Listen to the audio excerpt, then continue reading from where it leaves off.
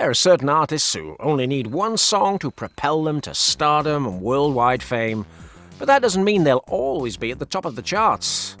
Artists like Psy or Vanilla Ice are a clear example of that. They fade away to obscurity or plunge to oblivion after breaking records in a single hit. Subscribe to the channel to ensure your lifetime success. Now, without further ado, let the show begin. MC Hammer. In 1990, the music industry had not yet introduced rap and hip-hop to the masses, as happened in the middle of the decade with the gangster trend, sponsored by Snoop Dogg, Tupac Shakur or Nas, among many other rappers. Although there were groups that released successful rap songs, such as Run DMC or Salt and Pepper, in reality the hit that reached all kinds of audiences, white people included, was the legendary You Can't Touch This by MC Hammer. And that used the sample of the mythical disco funk hit Super Freak by Rick James. Oh, and then there were those dances that millions of people were stunned by. Same time that MC Hammer won Grammys. The edition where Milli Vanilli conquered the audience with lip-sync pop manufactured in Germany. MC Hammer released some fairly relevant songs later, but never really enjoyed the success of You Can't Touch This, one of the most popular songs of the early 90s, one which was the starting point for Eurodance that brought so much joy to European discos of that decade. Los Del Rio. A Spanish musical duo called Los Del Rio was the one that gave life to one of the most danced to and listened to songs all over the world, La Macarena.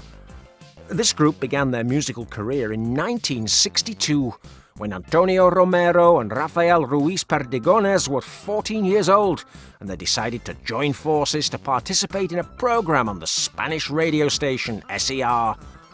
And although over the years they released many songs, none came close to the mega hit they composed in 1993, known to many as La Macarena.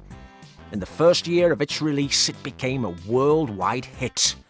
In 1996, this ultra-famous song managed to stay at the top of the Billboard charts for almost 4 months. And there was that ridiculous popular dance that Bill Clinton himself got to perform to the intern bending over the desk in the Oval Office. In 2024, it is still at the top of the Latin songs in the Billboard charts. And while the group is still active today and has recorded a total of 40 albums, none of them have made it to that level. Las Ketchup. There's no doubt that one of the most successful songs in the history of the world is Asareje, with over 7 million copies sold in the first 8 months of its release. And it was also manufactured in Spain, like the Macarena, a country that is obviously a paradise of doping and the source of some disgustingly catchy earworms. The group was comprised of 3 Karen sisters, although originally there were 4. All daughters of a flamenco guitarist known as El Tomate.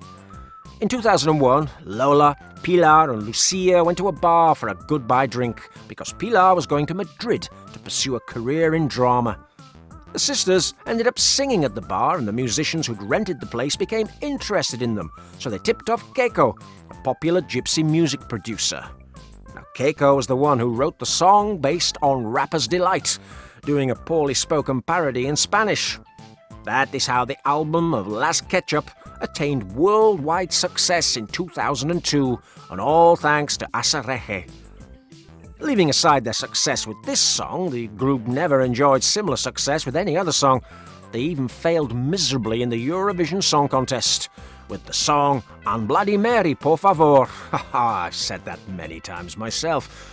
But the sisters made a fool of themselves, left Spain second to last in the classification of that popular musical contest. Micho Telo.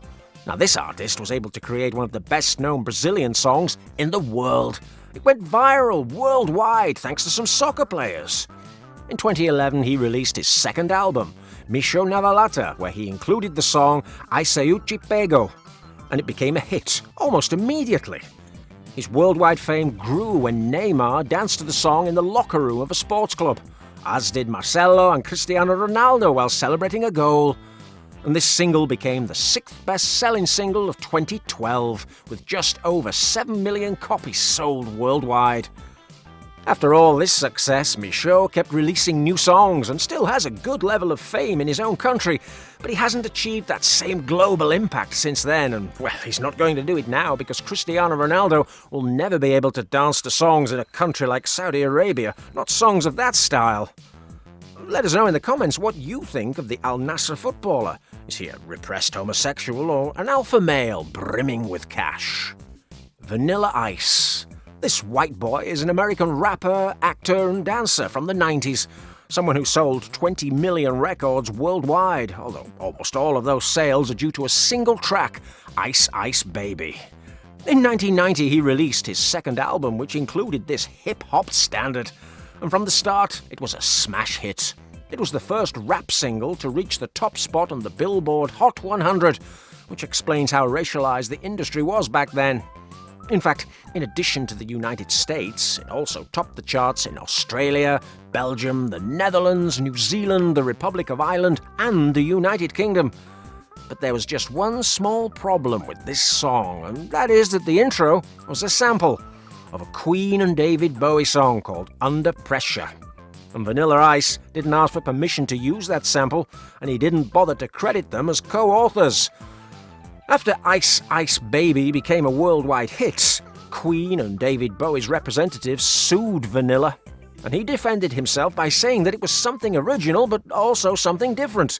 This was clearly a lie, and in the end, he not only had to give them credits but also had to pay a rather large sum of money. Once the whole scandal was over, the singer continued to create songs, this time being a little more careful when it came to plagiarism. But none of them were good enough to make him relevant again in the music world. But at least he will always be a meme for those who grew up in his generation. Psy. This guy is a South Korean artist who surprised many with an unexpected music video, breaking several world records with his song Gangnam Style. In 2001, he released his first album, but due to the inappropriate content of the lyrics of his songs, he had to pay a fine and couldn't broadcast them for 4 months. Well, they went on to censor his second album for the same reason, and those under 18 were banned from listening to his music. But this didn't stop him. It was in 2012 that he released another album where the title track was Gangnam Style, a song that took him to worldwide stardom. At the end of that year, he received a first-place award for Best Video at MTV Europe Music Awards, and he was able to record the song with a supermodel like Hyun-ah, and everyone chanted his name. It was also the first YouTube video to surpass 1 billion views and received the world record for the most likes on that same platform.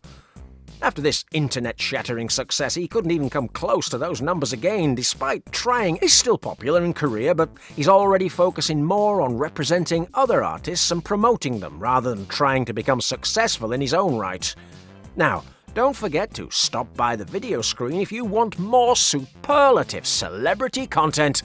See you!